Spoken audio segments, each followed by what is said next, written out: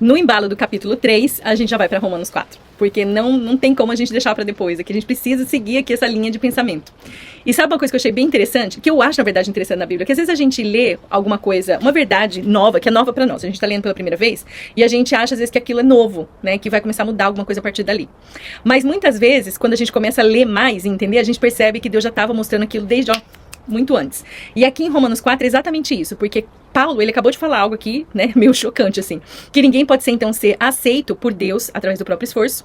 E talvez alguém pudesse pensar então assim, mas como assim não pode ser aceito pelo próprio esforço? E aí a pessoa fala assim, mas peraí, como não? E Abraão? Porque afinal de contas ele não foi um homem de Deus, ele não foi escolhido pelo Senhor, não obedeceu e tal. Aí Paulo, então tá, então vamos voltar lá para a história de Abraão, porque antes de ter uma lei escrita e de ter essa religião aí organizada, já tinha uma pessoa sendo alcançada pela graça de Deus através do quê? Da fé. Então até aqui a gente vê Paulo ali construindo uma linha de pensamento. Então vamos lembrar, Romanos 1, a humanidade rejeita Deus e precisa do evangelho. Romanos 2, aqueles que possuem um conhecimento religioso também precisam da graça. 3, junta. Os dois grupos pecaram, mas Deus oferece então uma justificação através de Jesus. Mas aí parece que ele vai levar o caso de Abraão como se fosse assim, não vai levar uma ação, entendeu? Vai defender uma defesa de Abraão. E aí usando aqui uma palavra assim meio de corte, ele responde então uma objeção. Essa objeção seria algo assim, mas isso realmente é bíblico? Falar um negócio desse? Porque e aí, onde é que fica Abraão nessa história? E as promessas que foram feitas para Abraão. E aí ele tem que voltar lá no começo da história de Israel, porque se ele conseguir mostrar, olha isso, como esse cara era inteligente. Se ele conseguir mostrar que Abraão, ele foi justificado pela fé, ele prova que a graça sempre foi o caminho de Deus. Então Paulo, ele começa aqui perguntando, ok, então o que a gente vai falar por ter alcançado Abraão, nosso pai, segundo a carne? Essa pergunta, na verdade, era muito importante. Foi mais ou menos assim, tá? Exatamente isso. Mais ou menos. Então, essa pergunta, na verdade, foi muito importante para os judeus, porque justamente Abraão não era um personagem qualquer da Bíblia. Ele é o pai da nação. Ele é o símbolo, assim, máximo de identidade deles. Então, Paulo escolhe justamente Abraão, porque se o próprio Abraão, o pai da nação, precisou da graça, e ele prova isso, ninguém vai poder dizer que merece estar diante de Deus só porque faz alguma coisa boa, pelo próprio esforço. Então, ele continua. Abraão, ele creu em Deus, e isso lhe foi dado como justiça. E aí tem um detalhe importante, porque quando ele fala isso, ele está citando Gênesis 15. E a gente precisa observar algo. Quando que isso aconteceu? Se foi antes ou depois da circuncisão? Lembra que a gente falou um pouquinho da circuncisão já. Antes ou depois da lei? Antes ou depois de Abraão realizar ali grandes obras?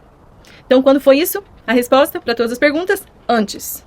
Abraão simplesmente, ele crê na promessa de Deus. E aí, Deus considerou essa fé como justiça.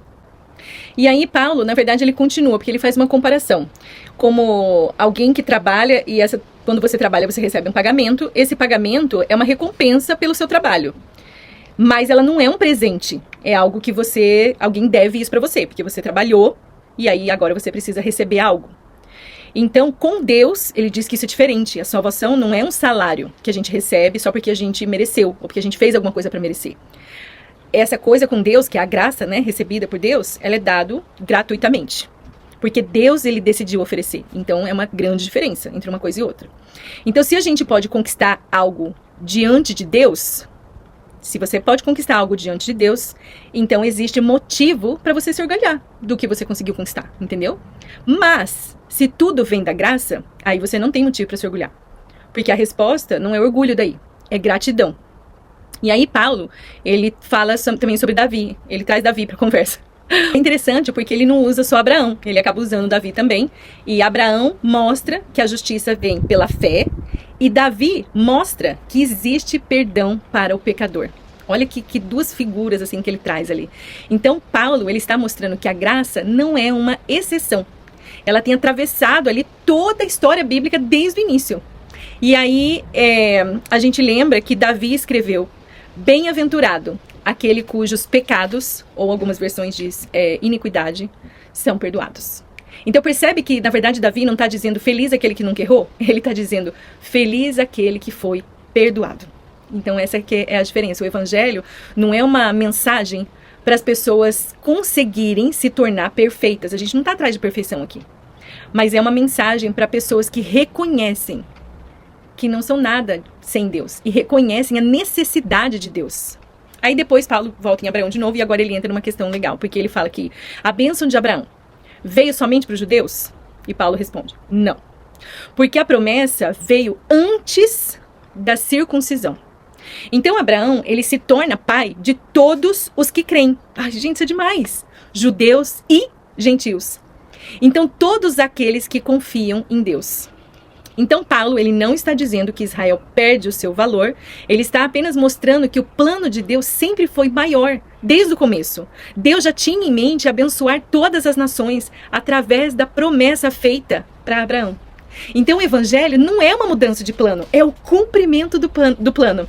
E aí Paulo chega numa parte bem legal aqui do capítulo, que ele fala sobre Abraão esperando contra a esperança. Porque, humanamente falando, a promessa, na verdade, parecia impossível. Abraão era velho, Sara era velha, e as circunstâncias poderiam dizer, isso não vai acontecer. Mas o que acontece? Abraão, ele crê na promessa. Então, fé bíblica não significa fingir que os problemas não existem. Abraão sabia da realidade, ele sabia das limitações, mas ele também sabia que Deus era maior do que elas. E aí Paulo diz que Abraão estava completamente convencido de que Deus era poderoso para cumprir aquilo que havia sido prometido. E esse é o ponto, né? É o coração da fé. Então a fé, ela não é baseada na força da pessoa que acredita. A fé é baseada na fidelidade daquele em que ela acredita. E aí Paulo traz essa história até nós. Ele diz que isso também foi escrito para nós, para aquelas que creem naquele que ressuscitou Jesus dentre os mortos. Porque a promessa de Deus já foi cumprida em Jesus.